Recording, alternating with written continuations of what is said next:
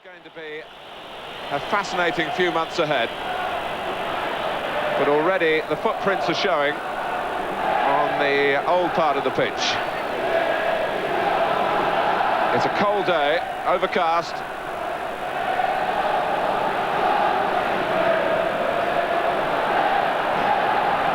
Juventus, whose strengths really are in attack, and Hessler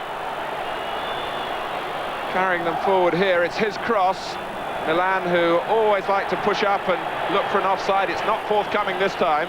D'Agostini gets it in, and Paolo Di Canio shoots wide. And Trevor Francis, what are your expectations from this fascinating fixture? Well, I'm quite intrigued by the start that Juventus have made, because there was the feeling that perhaps they would come to the San Siro looking for a point, but they've been very, very positive and made a good start here. They did have a victory in the Italian Cup final here in the second leg to actually win that trophy, to take it away. One thing that Milan didn't win over the past few months. Back in April, it was Milan 0, Juventus 1 on this ground. Roberto Gallia, who's one of the Juventus substitutes today, scored the cup-winning goal. So maybe that's a factor.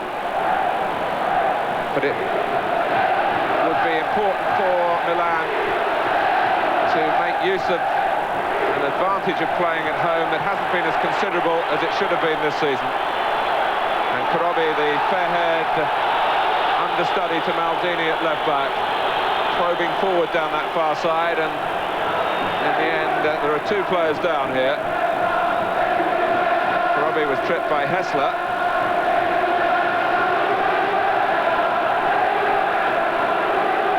Well, Milan have certainly shown that this season at home they haven't been as convincing as normal. I think they've lost the two against Sampdoria and Inter Milan, and that's possibly one of the reasons why Maifredi has come here today with an attacking formation, and he's going to try and play a positive game, trying to attack Milan. Bonetti was the Juventus player in the wars with that head collision. He's a very tough competitor, Dario Bonetti, being consoled by another of similar stature, Carlo Ancelotti. But quite properly, Milan have the free kick as the game is restarted. Karobi was fouled. Donadoni looks to clip it in. And Bonetti still trying to come to terms, really, with getting his senses back. And he really didn't want the ball.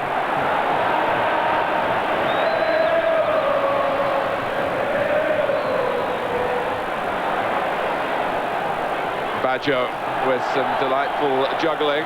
Franco Baresi, who was injured in Milan's last league game away to Roma and missed Italy's international, which has taken place during this short break in the league programme when they won 4-0 in Cyprus. A couple of goals there from Aldo Serena. Sampdoria's Lombardo, playing his first international, was also a scorer. Great start for him. Here's Hullet. Confident enough to try the shot early.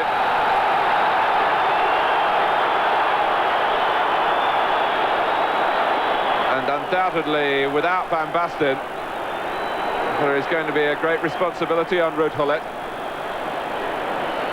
It was De Marchi who blocked the shot. Yes, in fact, it was excellent defensive play from Di Marchi, because Massaro played a good forward ball for Hullet, who was in a good position to try the shot, but Di Marchi got the block in very, very good, and it was a good, intelligent block, because, as you saw, Hullet really timed that one well. Not quite as well timed. The challenge by Franco Baresi on his World Cup colleague, Schillaci.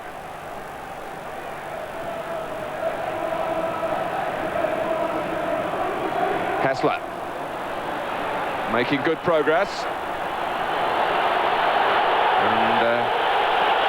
Schillaci being singled out by the Milan supporters for a spot of derision there, although he had no chance of keeping that one in.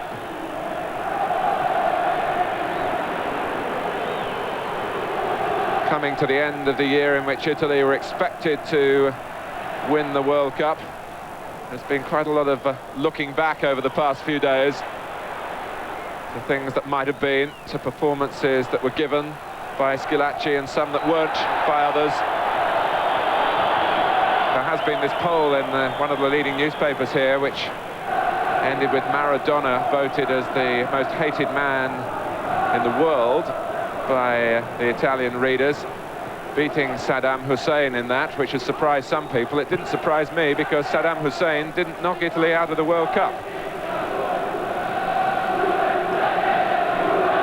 They get their priorities right in this part of the world.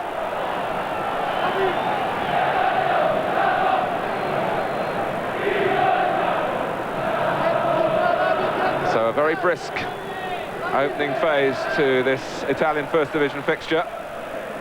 And I also think, Martin, if Italy had won that match against Cyprus, the Italian manager Vicini would have been high on that hated list. That's absolutely certain. Tassotti just got a toe to it.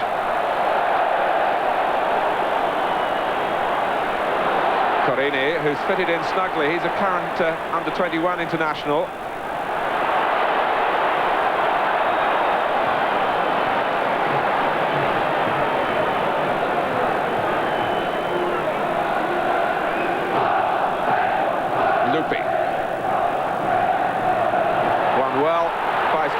Baggio quickly on the scene to support him and react to the header. Karobi is the defender. And Ancelotti came back to help out.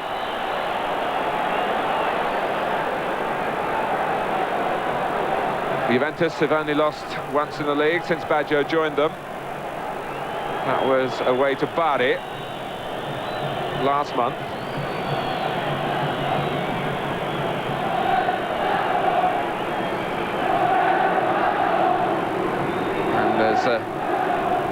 Some running repairs needed for Costa Curta.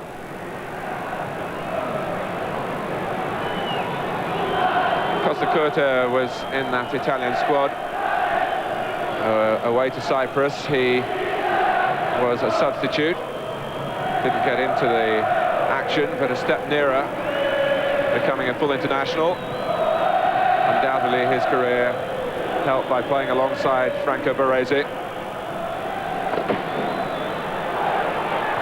Rijkaard.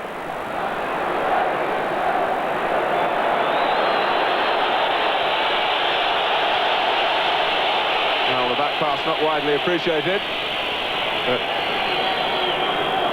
Juventus in the league here last season put on a pretty good show and were beaten 3-2 in a cracking game. They got their revenge by winning, as I say, in that Italian Cup, and also beating Milan towards the end of last season in Turin in the league. So a defeat that inflicted great damage on Milan's hopes of beating Napoli in the championship race.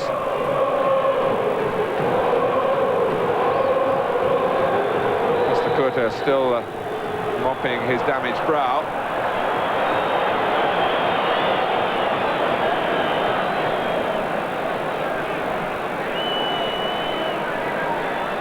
Bonetti with the throw.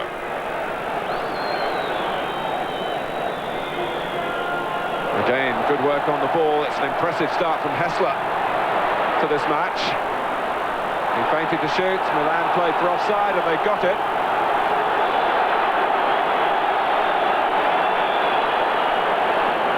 Coordinated movement, and there were two players who fell into the trap.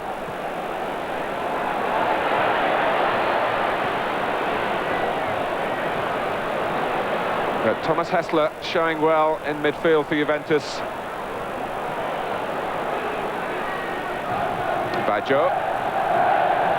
Hessler involved again.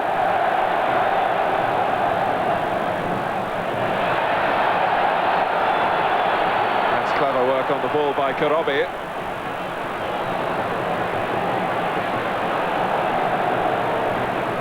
You almost need two sets of studs to play on this revamped surface. It's certainly a long stud in the wider positions, where Hullet finds himself at the moment. The cross from Tassotti was one that Massaro very nearly got to, coming across the defender. Well, it's a great ball in from Tassotti. I'm just thinking the type of ball really that Van Basten loves. Just wondering how much that AC Milan are going to miss him today, especially with Juventus having a weakness in defence without Julio Cesar suspended. Yes, Julio Cesar, who managed to get himself sent off in 2 consecutive matches.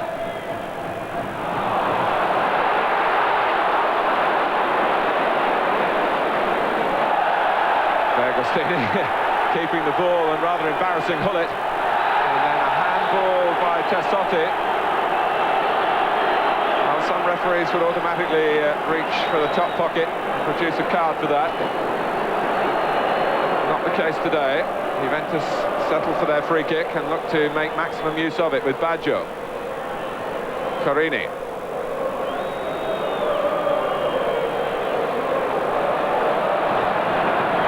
Hessler leads them in his wake again. Carini rather miskicked. Hessler had drawn so many players towards him. There would have been room for others for Juventus if the move had continued.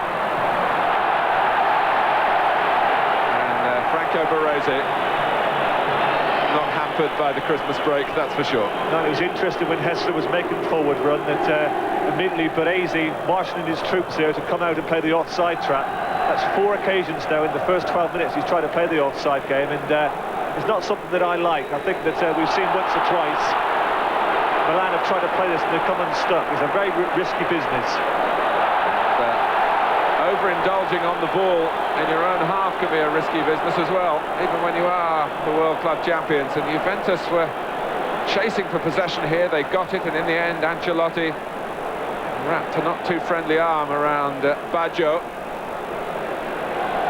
who, apart from being a penalty specialist, is also, of course, deadly from free kicks from distance. This possibly a bit too far out for him. He just dinks it in. And some complaints there by De Agostini that Carbone had fouled him. On the subject of playing offside, it does surprise me a little that a player of Franco Baresi's experience likes to play the offside, because he's undoubtedly one of the quickest players in the Italian First Division.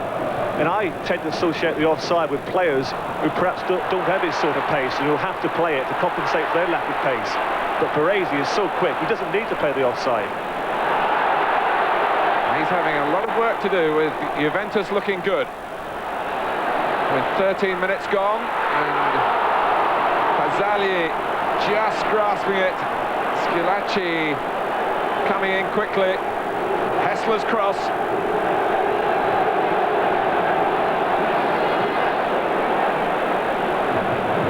It's a very positive start, and Juventus clearly believing that if they are going to show themselves as capable of winning the championship, you mustn't be frightened of coming to the San Siro stadium.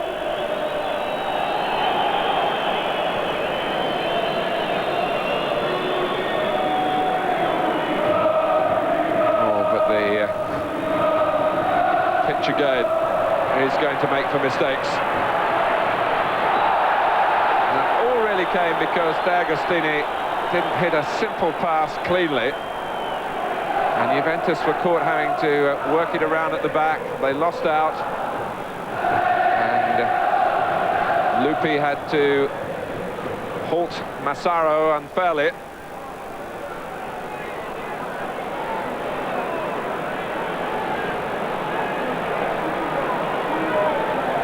haven't seen too much of the Milan midfield so far. Ancelotti drives it in, and they were hoping to build off the flick at the near post. I'm just thinking there, how often do we talk in football about passing the ball along the carpet?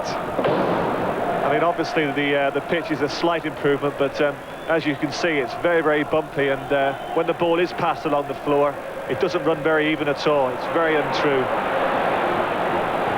And clearly in the 2 weeks since there was last a game here, they felt that they couldn't deal with the whole of the playing surface. It is better through the middle.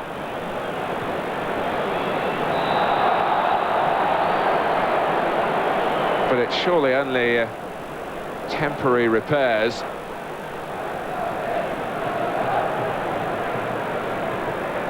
And it's an argument against Milan and Inter, doing well enough in their home games to win the championship.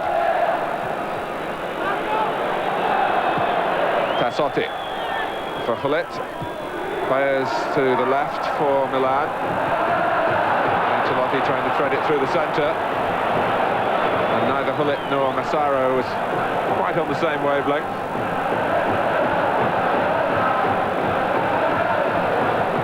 I think the forwards are rather disturbed by the Juventus defence, who are playing the offside game like Baresi is at the back for Milan.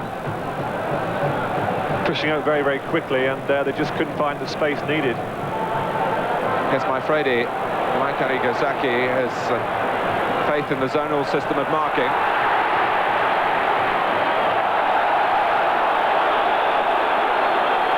Well, Massaro can at least draw credit from his work in the opening 15 minutes that he has been fouled a number of times. He got into one promising position in front of goal from a Tassotti cross. He's a very experienced replacement for Van Basten, of course.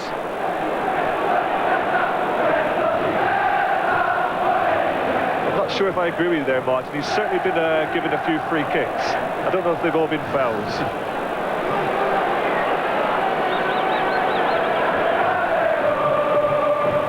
Oh, it's mishit again by Donadoni this time. Carboni, no offside, chance for Milan.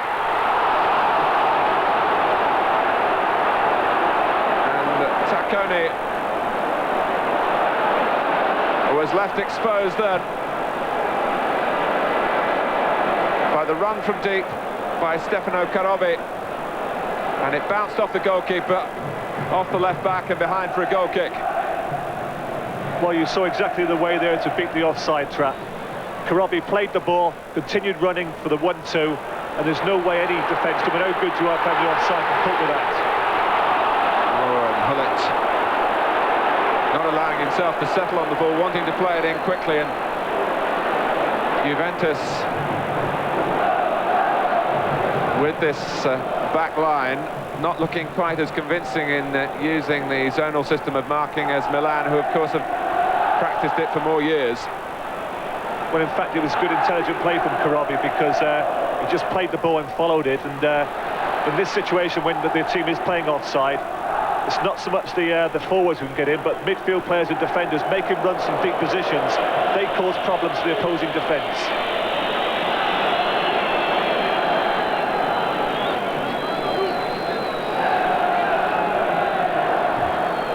But on this rather dark afternoon in Milan, nothing gloomy about the style of football.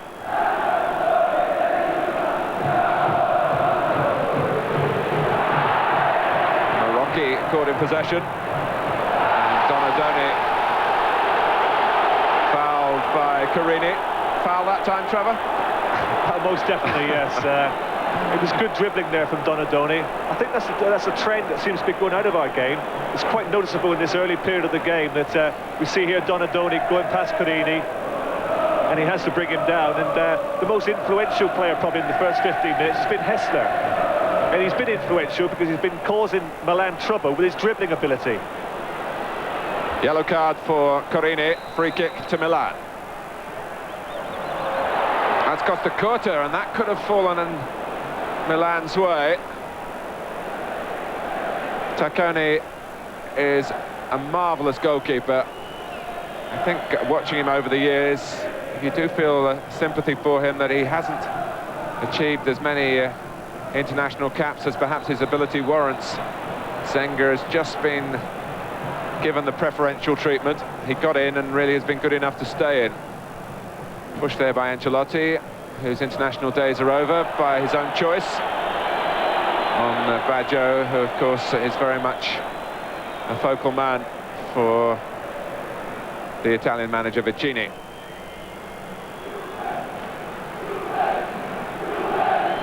We've had 20 minutes in the San Siro Stadium. Milan 0, Juventus 0.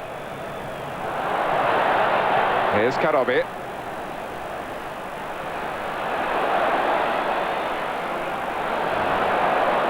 Milan appealing for a corner. Bonetti had one season in the red and black stripes, 86-87. He really has moved around the Italian First Division, never short of a job. The hard tackling defender. It's a corner though, being lined up here by Donadoni. Costa deflected it, and Di Canio happy to hack it away. Milan, arguably the best team in Italy at making corners pay off for them, and it very, very nearly worked. Maldini, who's injured at the moment, is usually the player designated for the back headers, but Costa Curta stepping into the role here.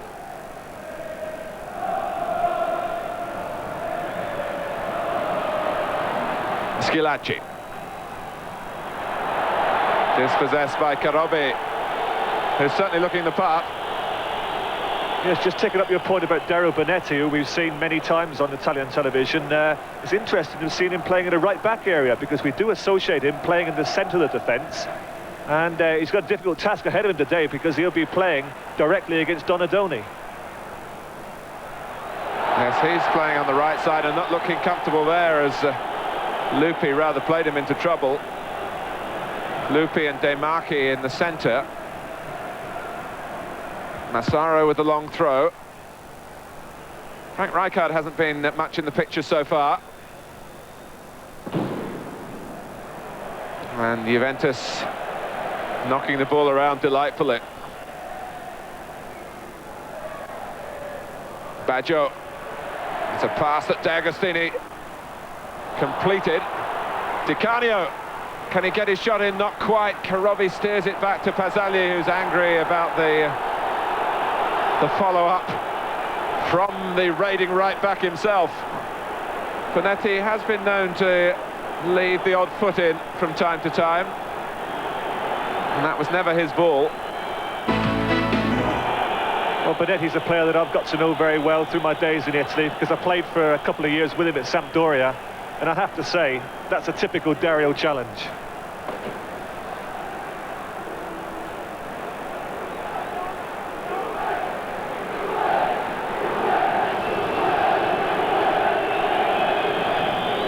But when Di Canio just shuffled to his right a moment or two ago and was looking to get into a position to shoot, it looked worrying for Milan.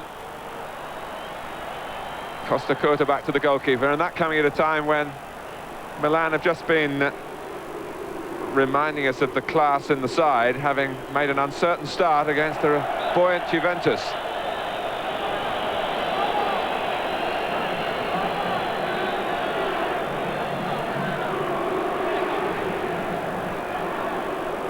Goal scoring isn't always the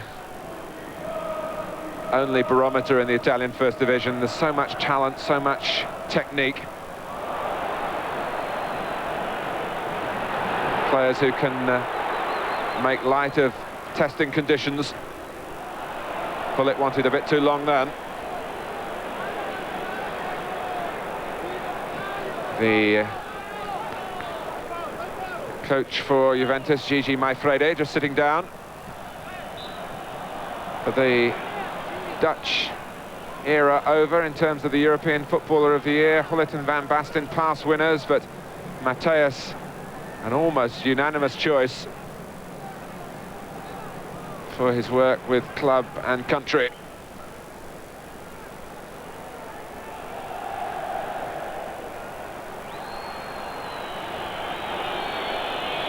Corini making extra sure that he controlled what would normally be a very straightforward ball.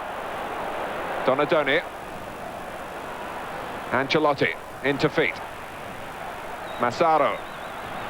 Good tackle by Marocchi. And Juventus with several players who sense the right moment to move forward. Schillaci. Oh, and Baggio had gone offside. Schillaci, though, not short of support when Juventus do attack. Hessler. This is Corini.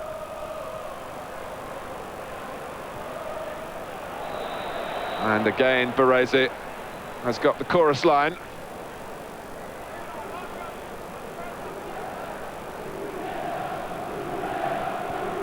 I feel undoubtedly that AC Milan are missing Van Basten, because he's the type of player that they look forward to hit. He is their target man who plays the most advanced. Massaro and Hullet are very, very good players in their own right, but they tend to play a little bit deeper off Van Basten, and neither of them like to take up the more advanced position. Yes, Milan have scored 12 goals in 12 league games this season. That's not an impressive tally, really. They've only let in 6. But of the 12 they've scored, 5 have come from Van Basten. Here's Schillaci taking Milan on. Rather running into Karobi. No foul.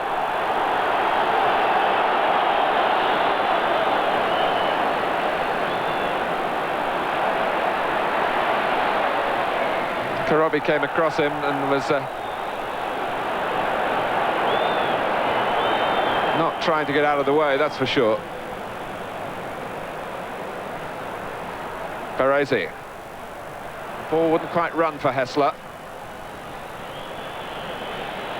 But it is remarkable, really, that Milan, with all their calibre, haven't scored 3 goals in any of their league games this season.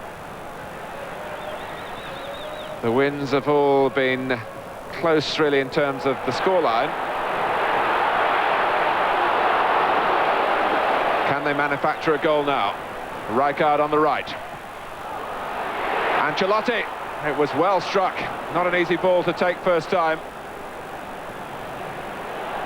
Baggio. Chased by Carboni. Carini, who's looked very comfortable in the Juventus midfield. A player in his first season in the First Division.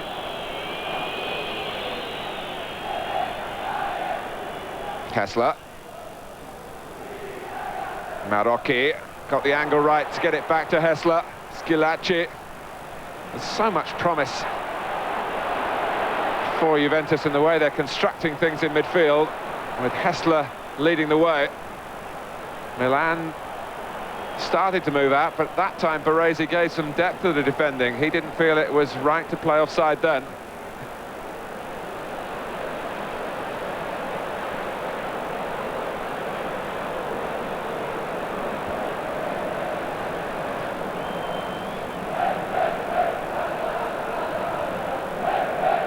Rijkaard.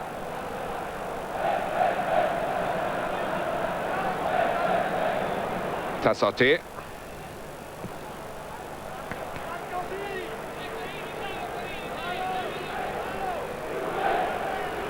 Both these clubs, of course, have got European competition to look forward to in the new year.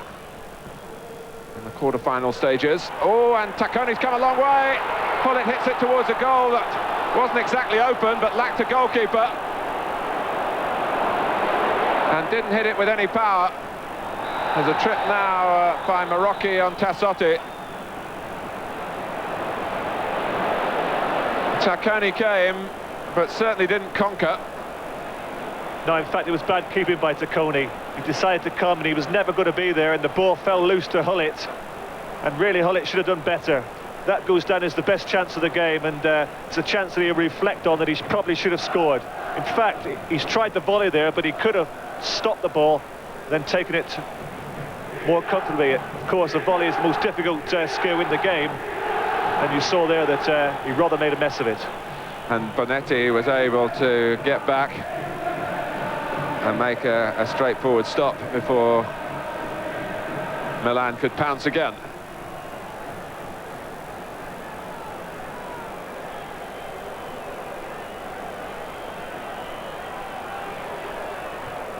I think on this occasion, it's one occasion where Hullet cannot blame the pitch, because as you can see, the ball was in the air, and you know, it is a difficult skill trying to volley the ball, but a player of his ability should really have done better. Yes, if you go back to the vintage years of Hullet before that knee problem, you really would have expected that to have bulged the back of the net.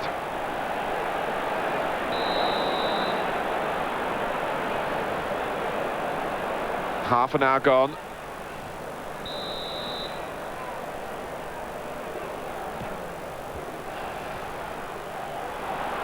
That skimmed away off Di Canio.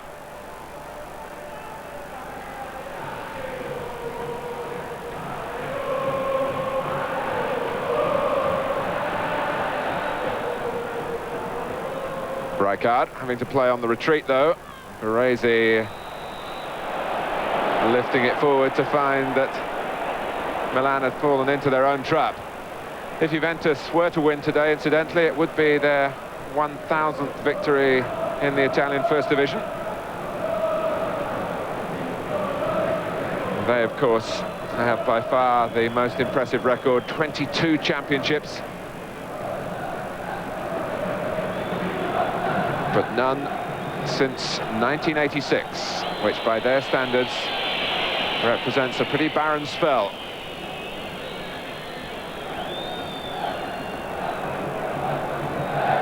You mentioned the loss of Van Basten, but also it's a serious blow to Milan to be without Maldini and Ivani, because the two of them, they really play both on the left-hand side.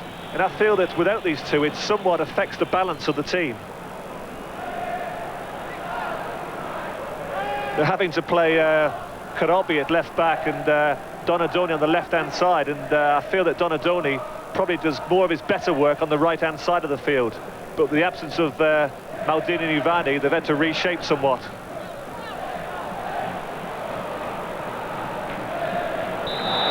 Yes, actually, Karobi's fitted in rather more snugly than Donadoni in making one or two bursts that Maldini would have been pleased with.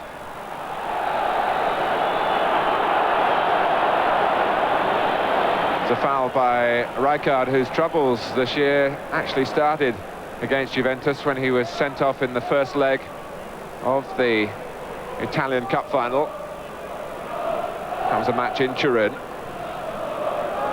Sent off for a rather brutal foul on the then Juventus sweeper Tricella. Free kick to Juventus. Hessler trying to get round the outside. And he's forced a corner.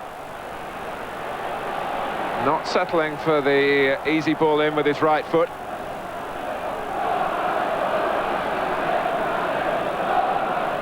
"12 minutes remain in the first half.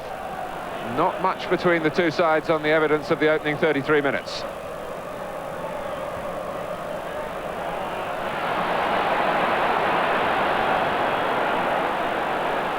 I have to say that I'm somewhat disappointed with the set pieces.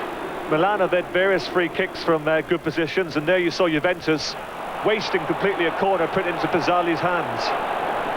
Schillaci takes them on, and that caused enough panic for Baresi to go into a tackle that he was unlikely to win, just to stop Schillaci by whatever means. It was a wild wave of the left leg.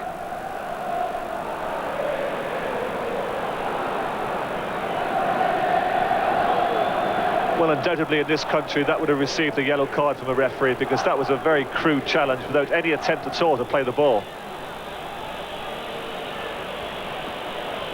A chance maybe for Juventus. Bonetti's gone towards the near post if the cross arrives.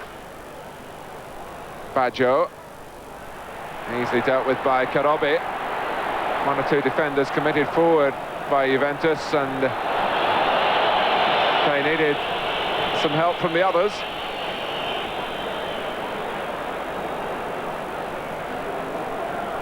You tend to associate Baggio, because of all his individual ability, as being an individualist, but there you saw Baggio, the team player.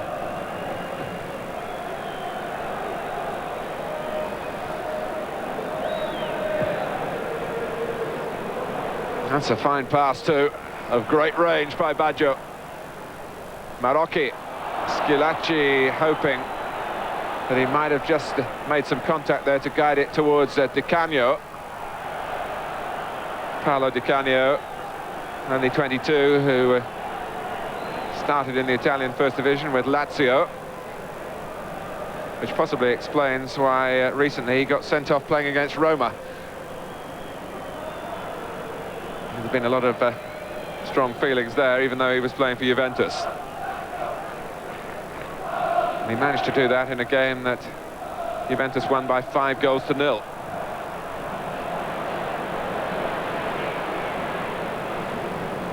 D'Agostini having problems with the pitch rather than Carboni, who came up with the ball. Ancelotti. Carini was obstructed.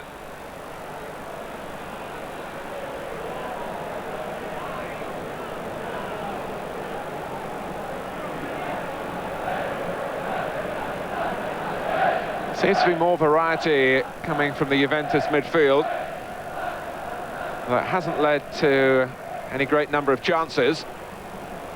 They've got Marocchi, they've got Hessler, as well as Baggio, of course, and Carini has played well for them so far, but Donadoni for Massaro, across came Lupi. But Roberto Donadoni, who loves to have the ball at his feet and take on opponents, can't do it with any great confidence here, particularly on that area of the pitch wide on the far side that he's been occupying for almost all of this half. Baggio and Schillaci setting off, not with full conviction to start with, but he very nearly got to the ball. Karobi was too strong for him, I think, mentally as well as physically. Donadoni unhappy underfoot again.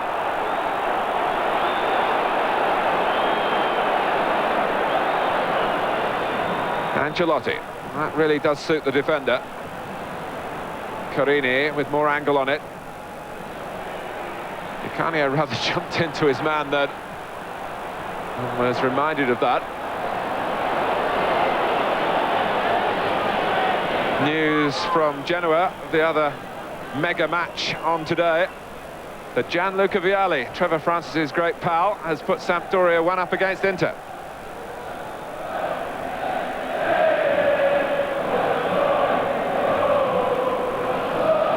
Carini.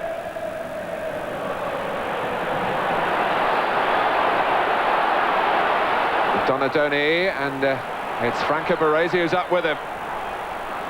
Milan looking just to mix it up a little bit here, with Baresi recognising arguably the first opportunity in the match that he's had to come forward.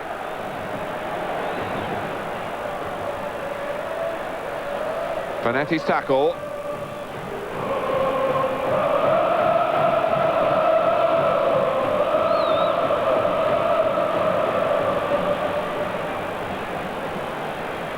Massaro trying the long throw. Touched off by Schillaci. Baggio got the ball to run for him. And he's not embarrassed by the playing surface. It's on the good ground through the centre that he was making his progress then.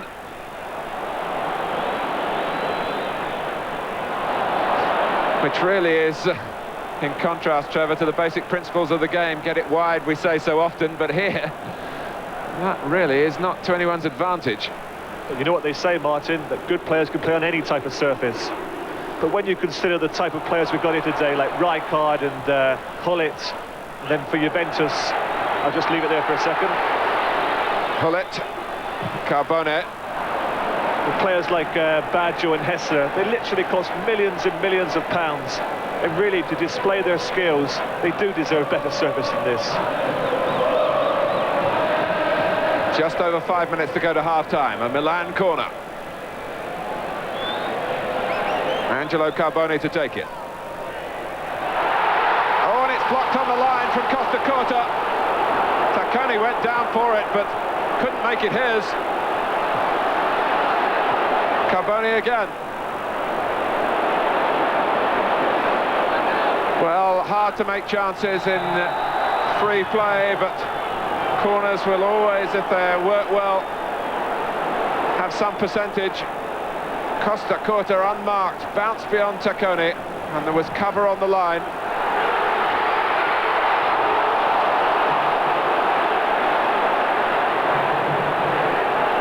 Baggio.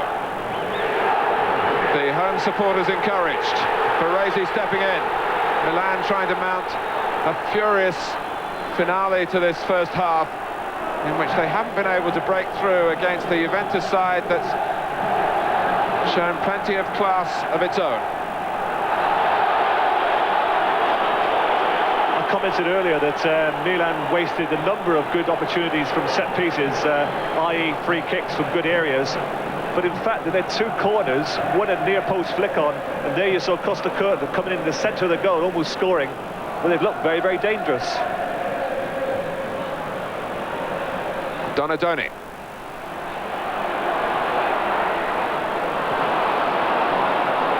Not the best clearance by De Marchi. Colette. Oh, and confusion there. De Marchi and D'Agostini. Schillaci having to drop deep. And, well, you've got to praise the effort by Carboni in trying the shot, even if the execution was poor in the end.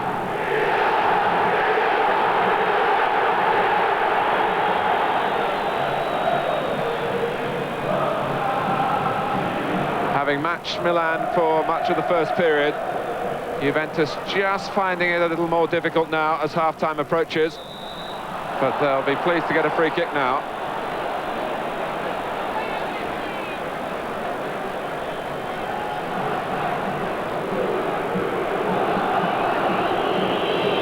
The problem that Milan have had first half is that they haven't been really able to get to any of the midfield players to support Massaro and Hullet. In Carboni, Donadoni, Rijkaard and Ancelotti, they tended to play in their own little areas, but we've seldom seen them break into the penalty box.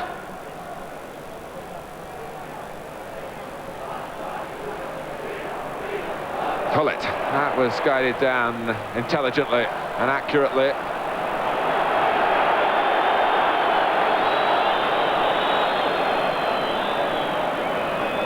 Yes, we mentioned earlier that they rely so much on Van Basten as a scorer.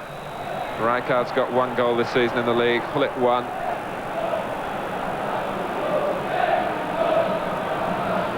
And it's only through putting bodies into the penalty box that chances arise. It's interesting that the two corners which we've spoken about, there were a number of Milan players in the penalty box, and that's where they had the two chances.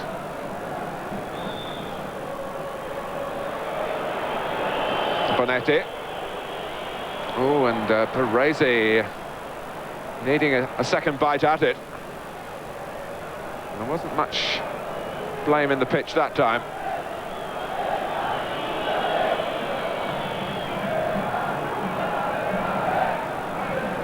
Hessler trying to finish the half the way that he started it as a major influence.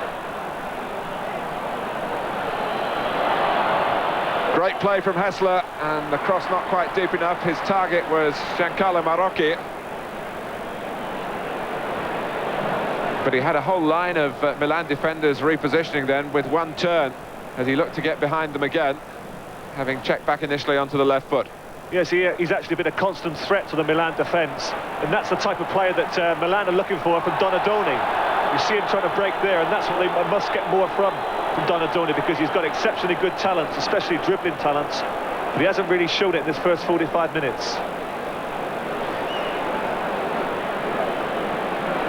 He was being chased all the way by Carini, who actually, when he did tackle him, tackled the ball first, but there might have been a spot of holding before that. Well, also Donadoni, of course, can do is curve free kicks from this type of angle past goalkeepers, but he's passed on this occasion to Hullet. And look at that wall. It has to go back double that distance. Now Tacconi's got to hope that the wall can cover that post, and if Hullet can make it go over the top of the wall on that line, Tacconi will have to move pretty quickly to keep it out himself. That's the area we're looking at, I think. And Tacconi was there, and it actually seemed to go through the wall. From Hullet. In stoppage time at the end of the first half.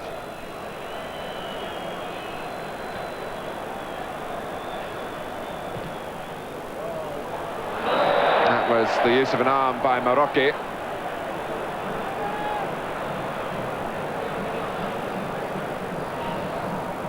Hullet in the centre of midfield. with Rijkaard. Dutch influence on this attack. Carboni. Well, if he's got a free kick here, he's a bit fortunate. D'Agostini perhaps a bit impetuous on his part. Carboni was in trouble of his own making. And maybe a last chance in the first half to get a goal for Milan. They have looked more dangerous at dead ball situations.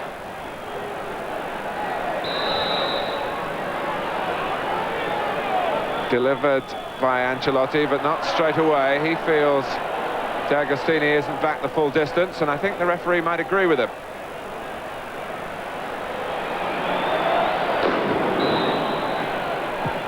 Ancelotti deep, Hullet to it, and at least it's an effort on goal.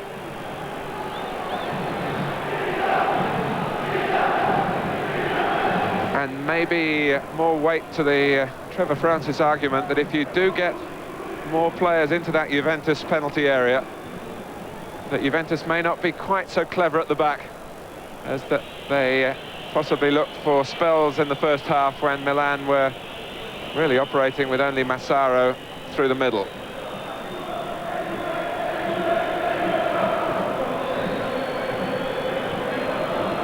Two minutes of stoppage time played.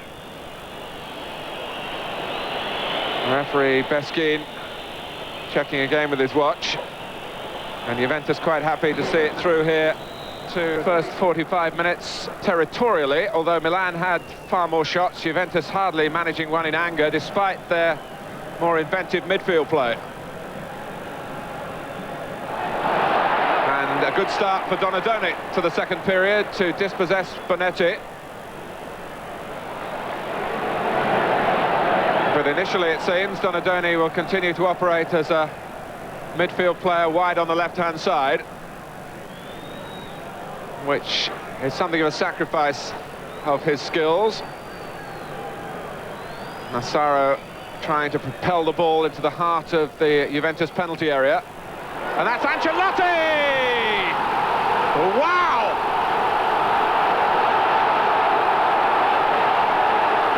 Inside the first minute of the second half. And a volley, top class, top corner.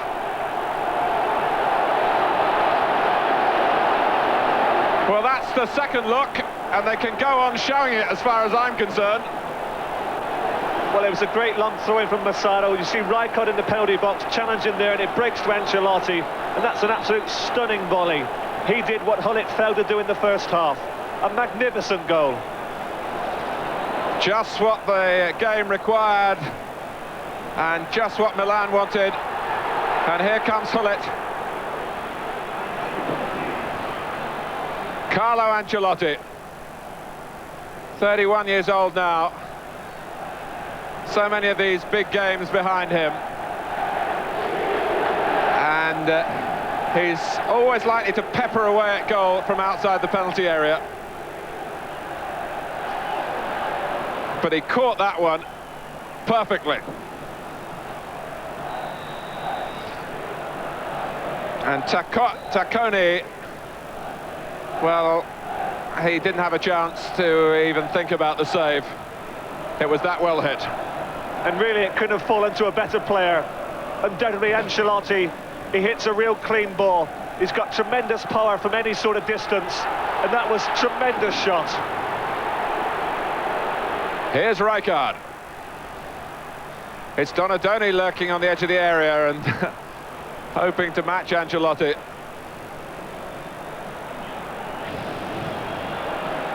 Well, it's one of the oldest cliches, but goals do make matches, and what they do, of course, is they make the team that's conceded the goal rethink. Juventus, who've been neat and tidy in their approach play, but unambitious really when they've got to the Milan penalty area, can no longer persist in that frame of mind.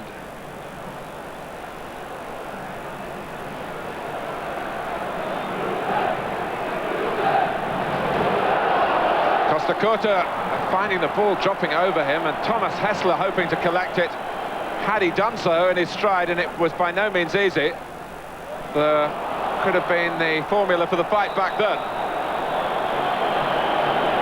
Well, once again there we see Milan trying to play the offside rule, offside game, and really they are risking.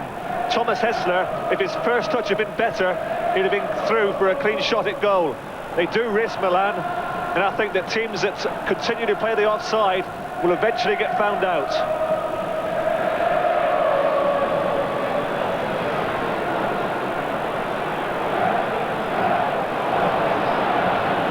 Oh, and Costa Curta bobbling the ball back to Pazzagli.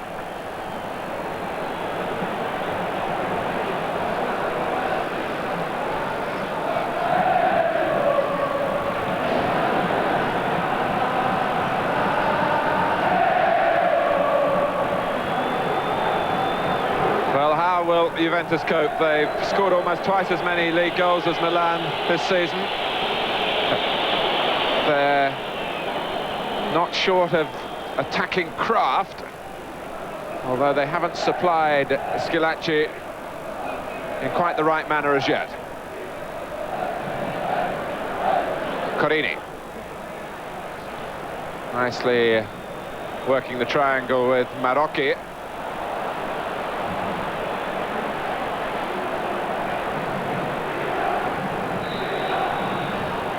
Carlo Ancelotti is definitely a big game player. He's one of those who really grows in stature the more demanding the occasion.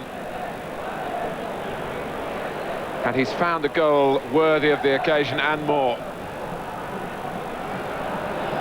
Milan lead 1-0. The header out by Baresi. Baggio. Juventus free kick.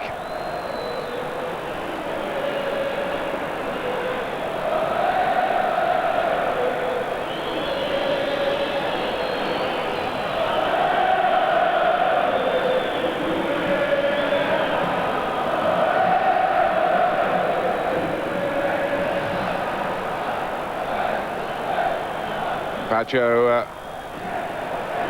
looked long and hard at one or two options then, but in the end didn't really select the right one.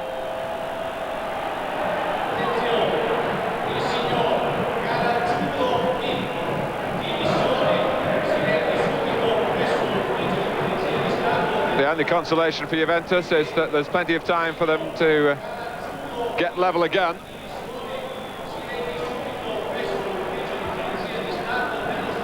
But their share of the first half wiped out by one swing of the right foot by Ancelotti.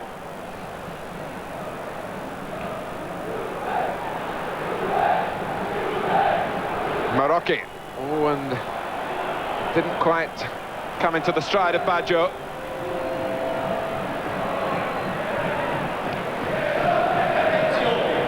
I'm just looking to see if there's been any tactical changes from Saki during the half-time interval.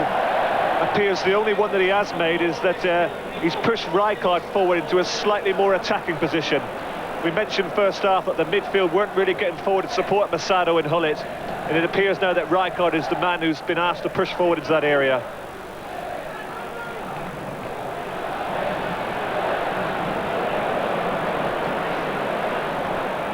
Corini. Schillaci with that acceleration that was so conspicuous in the World Cup. A World Cup that you might be forgetting now that Schillaci started very much on the fringe of the Italian side. His first intrusions into it as a substitute before he ended up as player of the tournament.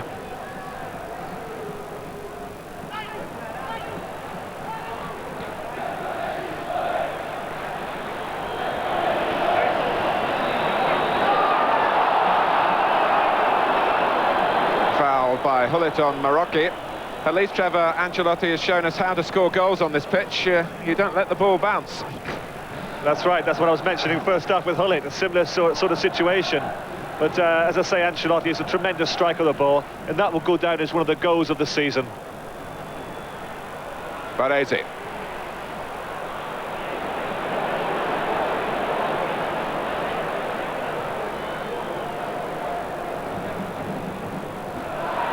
Rijkaard's tackle, and his pass, though prone, was always likely to be inaccurate.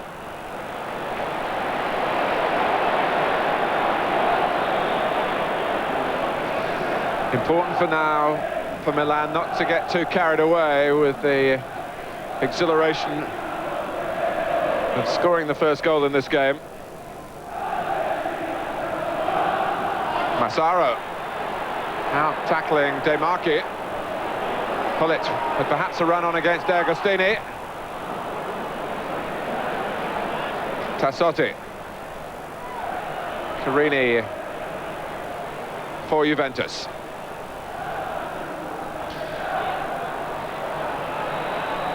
Baggio, even on that treacly pitch, able to change direction and take the ball with him until he was fouled, or until he was looking for the foul, shall we say. Yes, I was going to say that's a sign of a great player, when you can beat 2 or 3 players in such a tight area. His close control was immaculate, even on this terrible surface. He really is a great player, Baggio.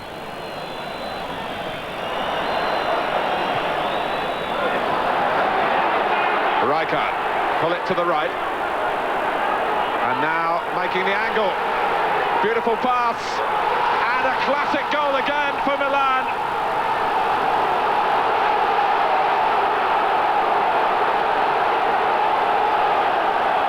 Within 10 minutes of the second half, it's going their way with a vengeance. And Rijkaard emerging from the shadows to provide the pass of the game. And Gullit read it, converted it, 2-0. Another terrific goal. Everything right about this goal. A great pass from Rijkaard. Terrific running off the ball from Gullit. He sucked the Agostini in. It looked for the ball beyond him. And then the finish pass to Cody was excellent into the far corner. Another tremendous goal. And over the last 10 minutes, you will now appreciate that you are watching the World Club Champions.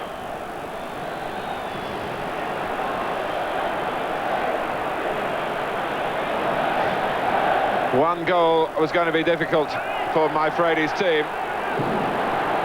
I don't know about 2.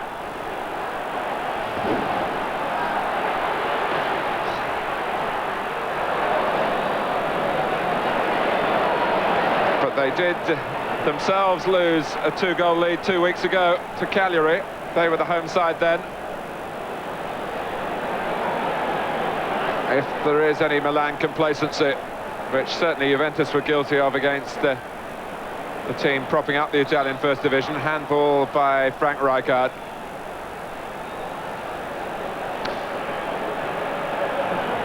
Well, to wait a pass on a pitch as unreliable as this one, as well as Rijkaard did then, was a marvellous moment for all football lovers. Costa Curta, you remember, got a cut in the first half.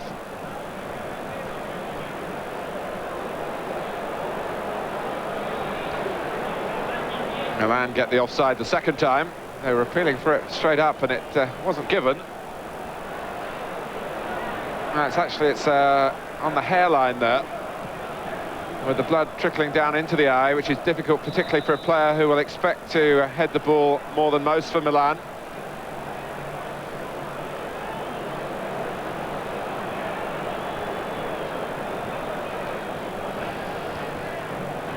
And he has to go into a challenge straight away with Schillaci.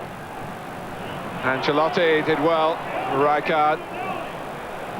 Donadoni, of course, is very right-footed to be playing on the left-hand side, where, of course, Ivani,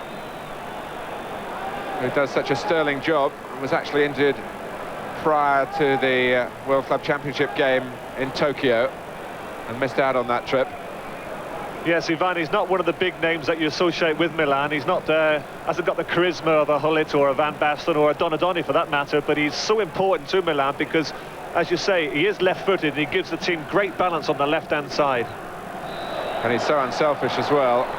But they're doing well enough without him.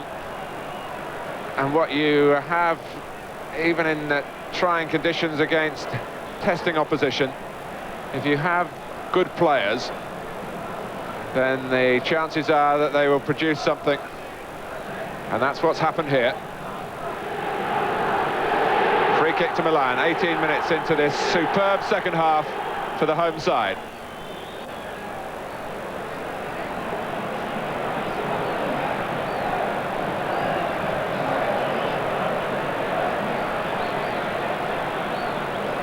Well, Tacconi's asked only for 3 in the wall. Well, it beats the wall, and the goalkeeper had it all absolutely worked out. Well, I'm not surprised, actually, that Hullet tried that, because from the camera angle, I felt that Tacconi was leaving the near side very, very open, and I think if the shot had been better executed, he may have been in trouble. He's a sort of character, Tacconi, a very confident man who might even set down the challenge to say, come on, that's where you want to put it, try and beat me from there. But he's had 1 or 2 unusual lapses in this game. But as I say, for consistency, he really has been a great servant for Juventus over the last half a dozen seasons. Perhaps next time, if Milan get a free kick in that position, they should have let Ancelotti take it.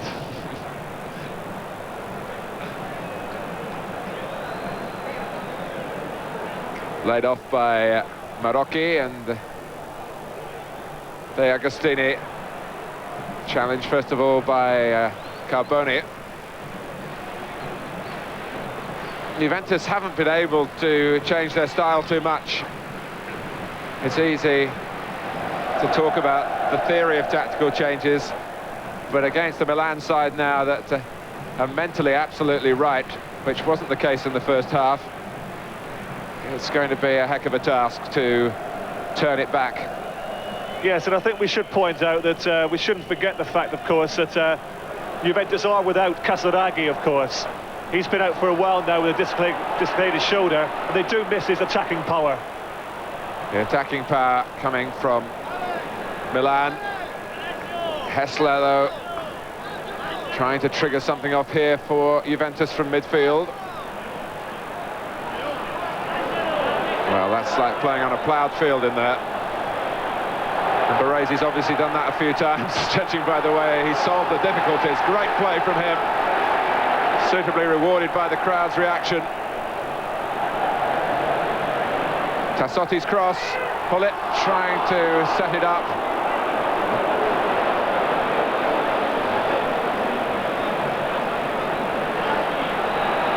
When the opposition have got Schillaci and Baggio, the game isn't over when you're 2-0 adrift. I couldn't really understand what Hullet was doing there. Really, should have, in that situation, it should have been more selfish. Could either have tried the volley or perhaps brought it down and had a shot himself. Shouldn't really have tried to lay it off in that situation. Donadoni. Hullet to the left of him and not marked. Donadoni going all the way, and Lupi challenging him, but not fouling him.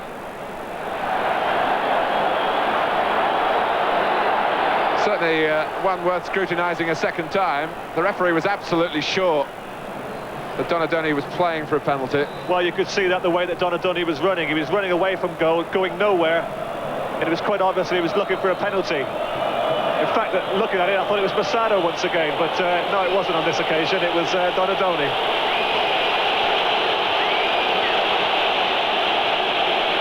Juventus have, as Trevor predicted, called for the extra attacker, Alessio, and taken off a defender.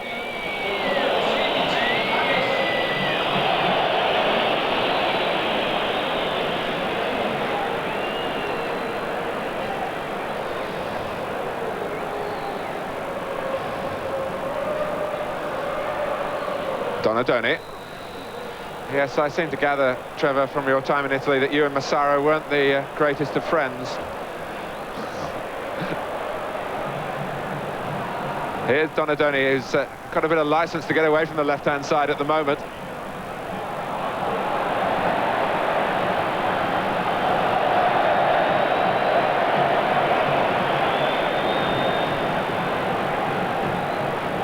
Interesting substitution there, Dario Bonetti coming off to be replaced by Alessio.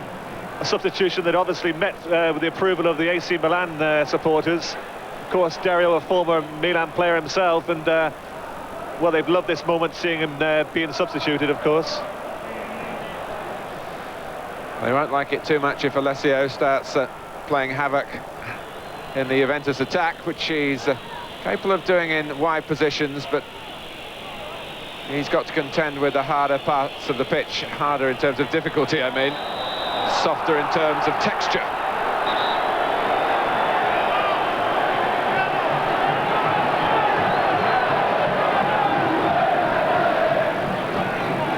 Baggio with Juventus staring in the face. League defeat number 2 of the season.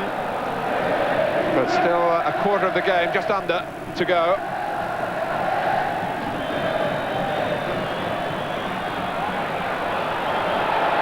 No free kick. The referee is quite streetwise in that respect. He hasn't been fooled too often.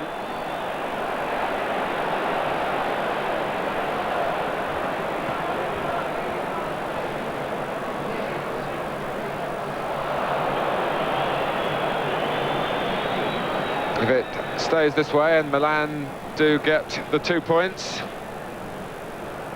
a setback for Fredi. Not one that I suppose would be altogether unexpected for him. He would deep down have recognised the difficulty of taking on Milan in their own backyard. But for Milan, a chance to keep the pressure on. The club's above them, and of course they would go level on points with Juventus with a game in hand. And we're busily working out the goal difference now, which I think would edge it into Milan's favour if it stays this way.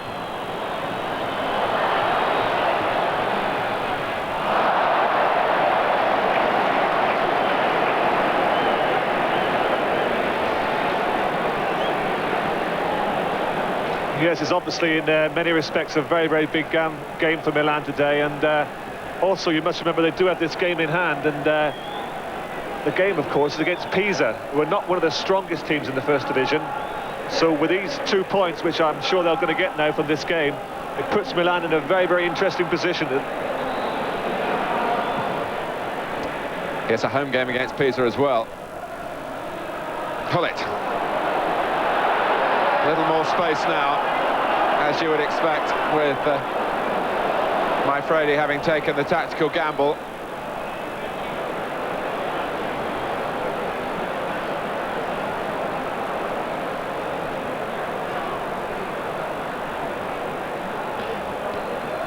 D'Agostini. Now Schillaci. Can Juventus at least get a testing shot in and make Pazzali have to earn his money? Gullit. This is Massaro. Lupi vigilant in defence. Yes, it was good defending there, because Massaro took the ball very well on his chest, good chest control. But Lupi defending very, very well to save the danger there for Juventus.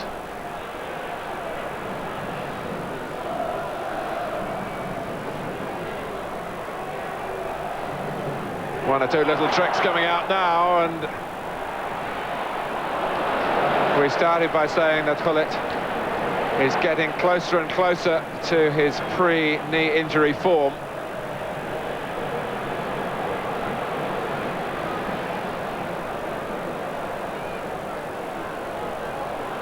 Gullit again. And it's De Marchi who deals with it at the expense of a corner.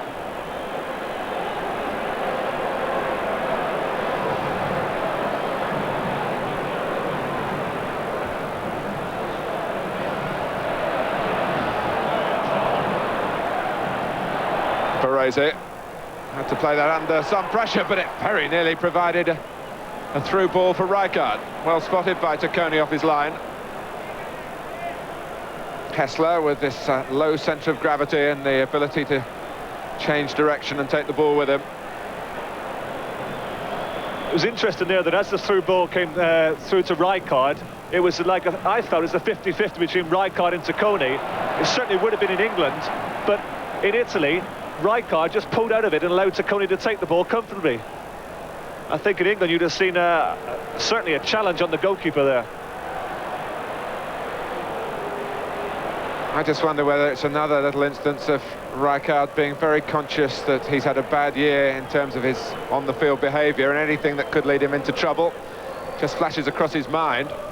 There's no need for heroics now. A mistake by De Agostini, allowing Gullit to take the ball. Here comes Rijkaard from midfield. That was picked off well by Lupi.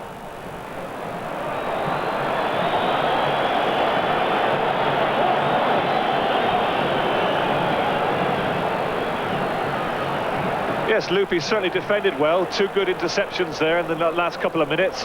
But it was once again a forward run from Rijkaard that caused the problem. Something that we didn't see in the first half.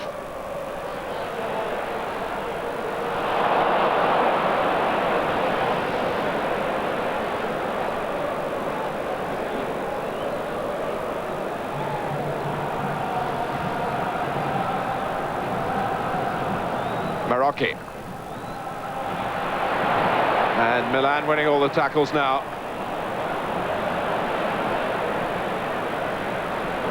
Alessio. Well, they've won that one, but unfairly. Baresi coming through the back of Baggio.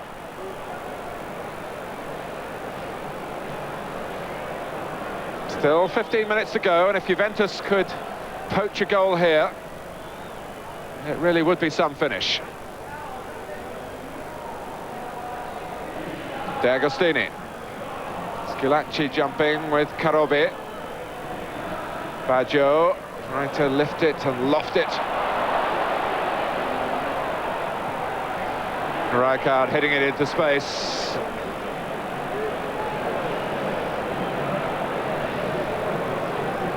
Just looking at the Juventus team, obviously they're lacking one foreigner today because Julio Cesar is not playing, so the only one they have is Hessler. But they don't have their allowance, of course, because they're missing the third foreigner. And I just feel that with a third foreigner of great class, it would give them that little bit extra that perhaps they're just lacking. Something that would perhaps give them that bit of class to win the league. Donadoni. Yes, for a long time, of course, earlier in the season, we were led to believe that they wanted Des Walker to be that third foreigner.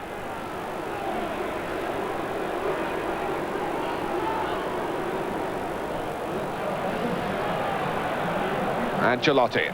Milan can play it at their tempo.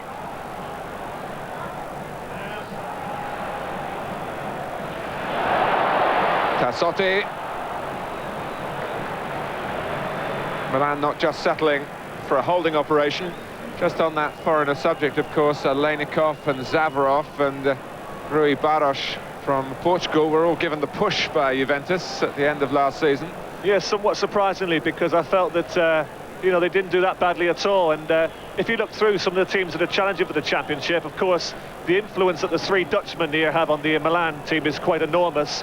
And Sampdoria with Katanic, Mikhailichenko and Cerezo, 3 excellent players. And of course, at Inter Milan, they have the 3 Germans, Bremer, Matthias and Klinsmann. And that's what I feel Juventus are probably lacking at this moment, is the third foreigner, that little bit touch of class that they need.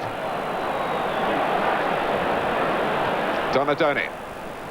Rijkaard with some classy control. Baresi, what's he going to do here? Baresi trying to stay onside and not get in Gullit's way, and then perhaps sneak a shot himself. But that's how confident Milan are. Baresi well away from home at the moment, though. Alessio, but the build-up almost necessarily slow if the passes are short. Rijkaard. Massaro trying to make the pass for him. Goalkeeper hesitates. Massaro actually had more time. In fact, what he was running out of was angle, really. And I think he wanted a goal for himself and wasn't too keen on taking it away and looking for a supporting player in the centre. Whatever, the chance was What missed. a fantastic pass from Rijkaard. playing on this surface with the outside of your foot into the space beyond the defender from Massaro. It was a superb pass. Just a pity that Massaro couldn't finish it off, because we would have seen this afternoon 3 of the best goals of the season. You're getting greedy now, aren't you? We've had a super helping with the 2. I'm not getting greedy, Martin. I just love class. And there may be more on show now. Carboni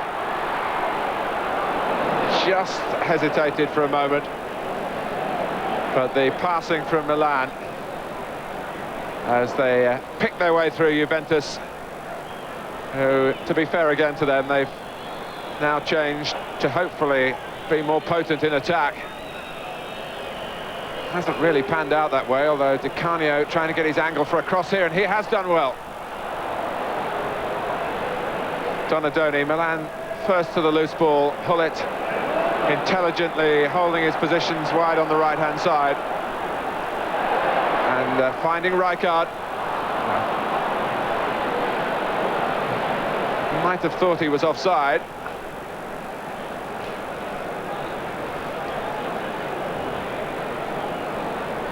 Carini. Just over 10 minutes left. Juventus have been on the receiving end, and how in the second half.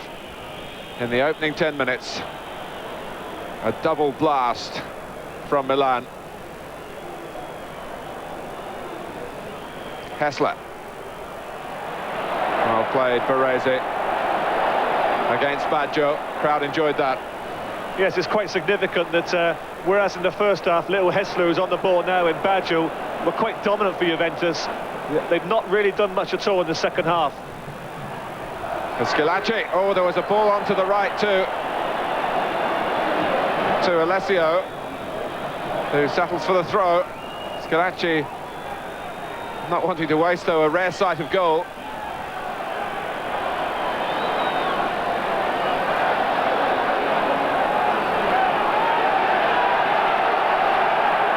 Di Canio complaining that it should be a free kick.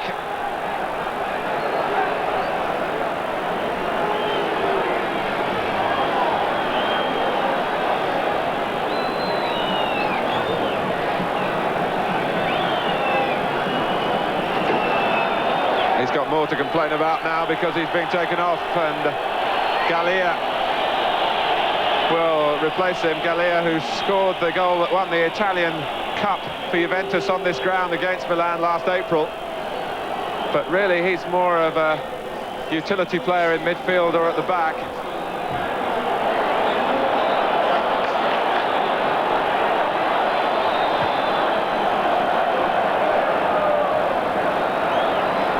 Schillaci trying to bulldoze a way through, but Milan had so many players back to deal with him.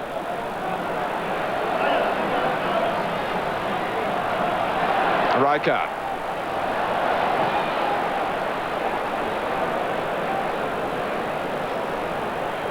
De Agostini.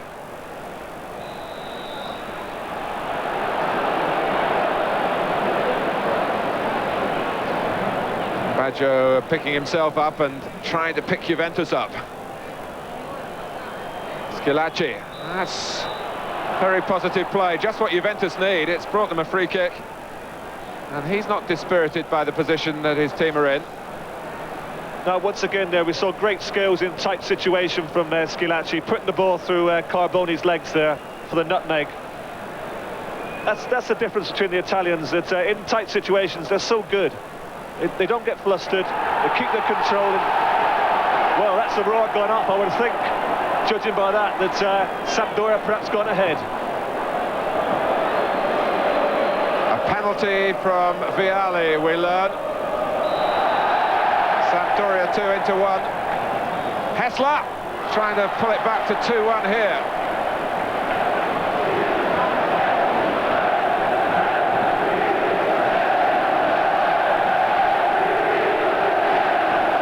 Sampdoria, if they were to beat Inter, would go top of the table. Trevor, you'd be pleased about that? Yes, I'll be delighted, and you can hear what the AC Milan supporters think about it.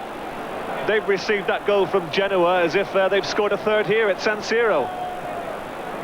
Yes, I don't think it's because they're Sampdoria followers. They're great rivals behind, they're favourites in front. It's a perfect Sunday afternoon for the Milan followers.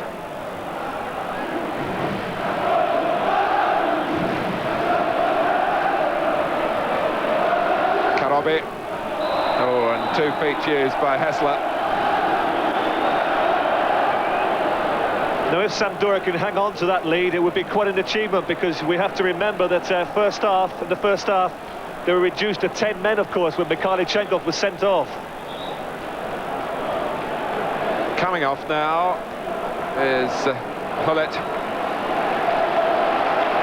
He's done his job. Agostini will have 6 minutes. It's an ovation for Hullet. The high fives to the player he replaces. Always amusing for long-time observers of the game to see the little tricks that players get up to in terms of celebrations. Scorers who run round corner flags in delight, kiss the ball, to all sorts of showman things that I think are all part of the game.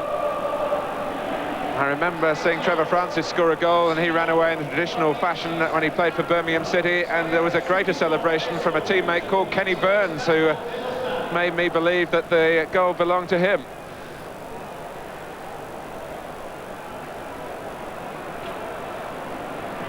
Long time ago, Trevor, but I bet you remember it. Yes, I do remember it. It was quite interesting, because I was convinced that I had scored, and Kenny was convinced he had scored. But we still haven't really sorted it out. Hard man, Kenny Burns. I wouldn't like to argue the toss with him. Memory serves me right, it was a game against Leeds United at the St Andrews ground in Birmingham back in the 70s. 5 minutes to go here in the San Siro Stadium in Milan.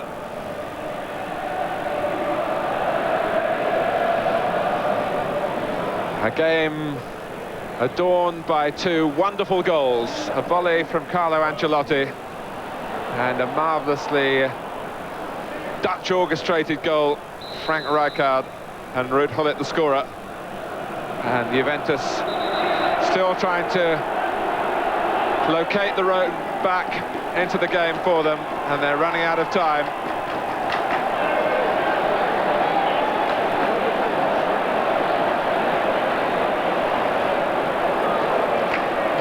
And it gets better news for the Milan supporters. I think they're hearing it as well, that Sampdoria now lead by 3 goals to 1. And that's a game that you will be able to see on the Sports Channel tomorrow.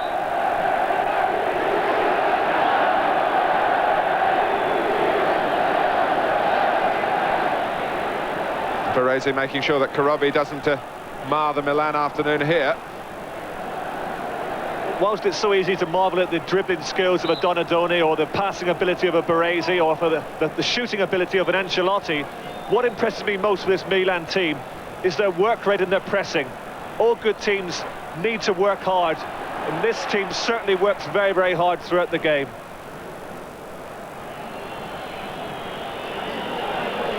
Yes, it's something that can easily go unappreciated when you have moments like the 2 goals of glory that we've seen this afternoon.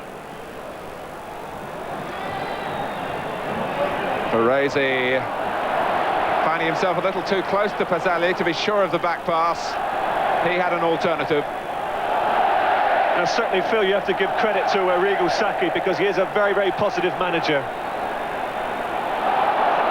I was interested in the substitution that he made only 2 or 3 minutes ago, when he took off Ruud Gullit and he replaced him with another forward in Agostini, because most managers at this period in Italy, with 5 minutes of the game left, would have taken a forward off and perhaps put a defensive midfielder or even a defender in to say, right, it's 2-0, we'll keep it at 2-0.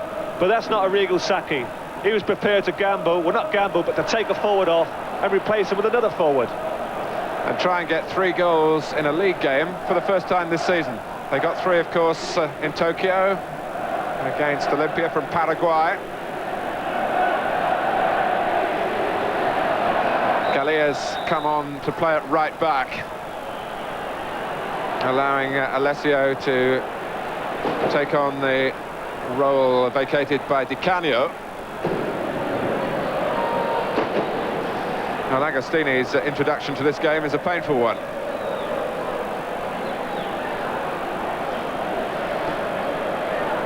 I'm sure it won't be on Gallia's mind at this moment, but after the game is finished, he'll be another player who'll be delighted with Sampdoria winning today, because he played alongside myself at Sampdoria, a great friend of mine, and he's still a very, very big Sampdoria supporter, Roberto. Milan looking to maybe substitute the substitute. This is Stropper. Again, we marvel at the resources available to Arrigo Sacchi. But it's Donadoni who's going to come off. We've talked about Maldini and Ivani being missing, Van Basten, of course. But there's still men of the calibre of Stropper to be called upon. It is a skill of the club. In Italy, of course, Sacchi does the coaching and says which players that he wants, but he doesn't actually go out and get them. There's managerial men to do that, but they're very successful in that respect as well. Stropper straight away takes a free kick. Though there's only 1 minute to go, Stropper will be delighted to be on the field, because of course he'll pick up his big win bonus today. And I'd imagine that seeing it's such a big game against Juventus, it'll probably be double bonus today. And you don't get that if you're a non-playing substitute? It depends on which club you are. I think, if I remember correctly, in Italy you had to be on the playing field. And when we talk about win bonuses, we're talking of perhaps in the region of £2,000 to £3,000 for one victory. For Stropper for 1 minute.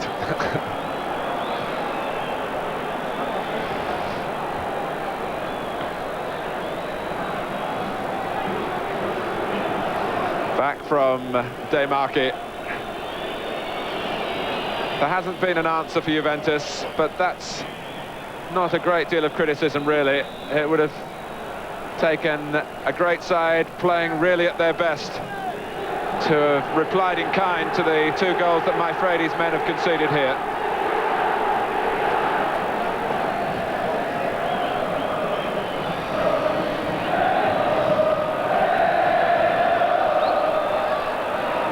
Gallia well forward.